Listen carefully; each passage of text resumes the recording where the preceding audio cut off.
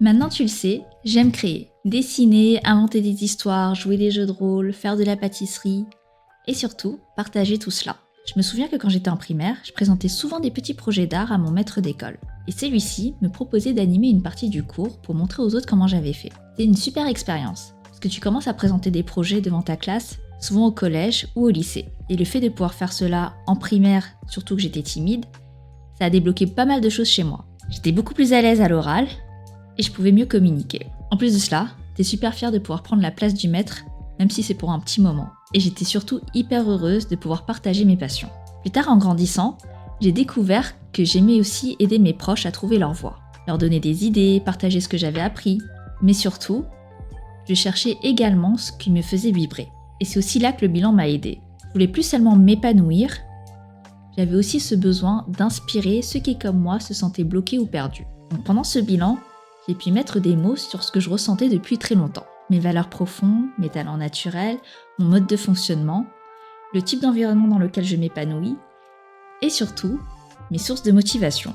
Du coup, j'ai compris que mon moteur, c'était la transmission, la créativité, et faire plusieurs projets à la fois. Par contre, je tiens à te dire que le bilan, ce n'est pas magique. En fait, il faut que tu aies un objectif clair de savoir pourquoi tu veux faire un bilan.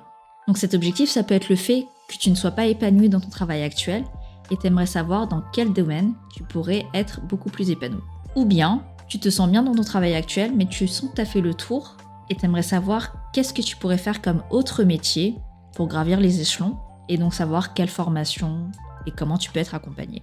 Ou encore, tu as un projet professionnel, tu travailles actuellement pour subvenir à tes besoins, mais tu ne sais pas encore comment lancer ton projet, comment être accompagné, et s'il te manque des formations aussi, et les compétences que tu as actuellement, si ça peut matcher avec le projet que tu veux faire. Donc tu aimerais être mieux accompagné. Et donc il y a toutes ces raisons-là, et d'autres raisons aussi peut-être, qui font que tu veux faire un bilan de compétences. Il y a également la partie investissement, c'est-à-dire que le bilan de compétences, ça dure 3 mois. Et il y a du travail personnel entre chaque séance. Et c'est super important.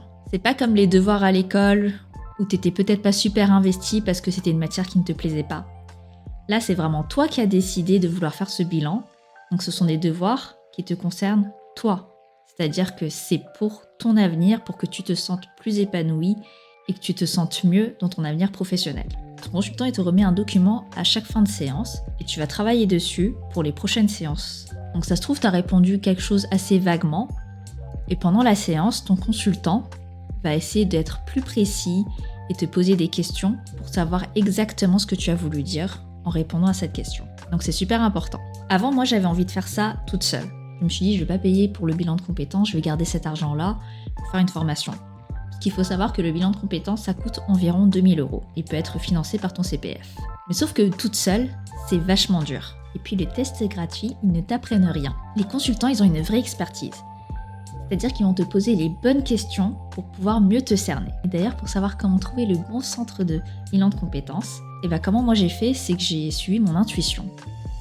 J'ai eu un super bon feeling avec ma consultante dès le premier entretien gratuit. Du coup, j'ai continué avec elle. Et d'ailleurs, prends le temps. Si le premier entretien gratuit avec ton consultant, tu le sens pas, tu peux en tester d'autres. Il n'y a rien d'obligatoire et le premier rendez-vous est là pour ça. Ça dure entre 30 et 40 minutes et le consultant va te poser différentes questions pour savoir pourquoi tu veux faire un bilan de compétences.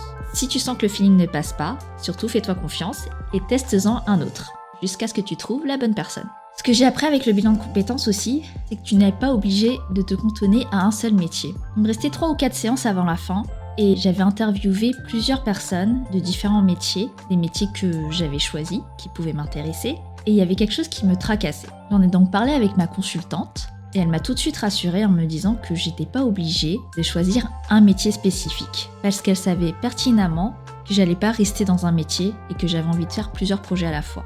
Donc elle m'a rassurée et elle m'a dit que je pouvais tout à fait être une slasheuse, ou slasher pour un homme, c'est-à-dire faire plusieurs projets, plusieurs métiers, avoir du coup plusieurs casquettes, mais que pour cela, il faut déjà commencer par lancer ton premier projet et une fois que celui-là est bien solide, tu pourras ensuite passer au 2e, au 3e et au 4e projet. Et donc c'est exactement ce que j'ai fait. Et c'est pour ça que j'ai créé cette chaîne. C'est mon premier projet, c'est mon projet YouTube. C'est pour t'aider toi aussi à te reconnecter à ce qui t'anime vraiment, comprendre comment tu fonctionnes et surtout, oser faire ce qui te fait vraiment vibrer. D'ailleurs, j'ai d'autres concepts que j'aimerais partager avec toi, mais je t'en parlerai un peu plus tard, une fois que je les aurai lancés. Et surtout, si tu as un projet à lancer, n'en parle surtout à personne. Si tu veux vraiment en parler, tu en parles à une personne de confiance qui ne le répétera vraiment à personne. Pourquoi je te dis cela? C'est parce qu'il y a une étude qui a été menée et je te mets le lien de la vidéo de Nisha en barre de description. C'est une vidéo en anglais. Il y a une étude qui a été menée qui indique que lorsque tu parles d'un projet que tu veux lancer à plusieurs de tes amis, de tes proches, pour ton cerveau, c'est comme si tu l'avais déjà lancé, alors qu'en fait, c'est pas du tout le cas. Tu n'as mené aucune action, tu n'as fait que parler. Et du coup, comme dans ton cerveau, tu as l'impression que tu l'as déjà lancé, tu ne le fais jamais. Et j'ai déjà vécu cette expérience parce qu'il y a 1 an de cela, j'en ai parlé à des potes et du coup, je me suis pas lancée tout de suite. Si tu veux en savoir plus sur mon centre de bilan de compétences, je te mets tout en barre de description. Mais je te le redis, ce n'est pas une solution miracle. Ce n'est pas parce que ça a marché pour moi que ça peut également matcher pour toi avec le ou la consultante. Il faut vraiment que ça te parle et que tu te sentes bien accompagné. Du coup, teste vraiment plusieurs centres, parle avec différents consultants et une fois que tu sens que c'est la bonne personne, vas-y. Donc voilà comment j'ai trouvé ce qui me faisait vraiment vibrer. Et si tu es encore en train de chercher, sache que le flou, c'est le début de la clarté. Donc continue d'avancer. Et moi, je te dis à très vite pour les prochaines vidéos.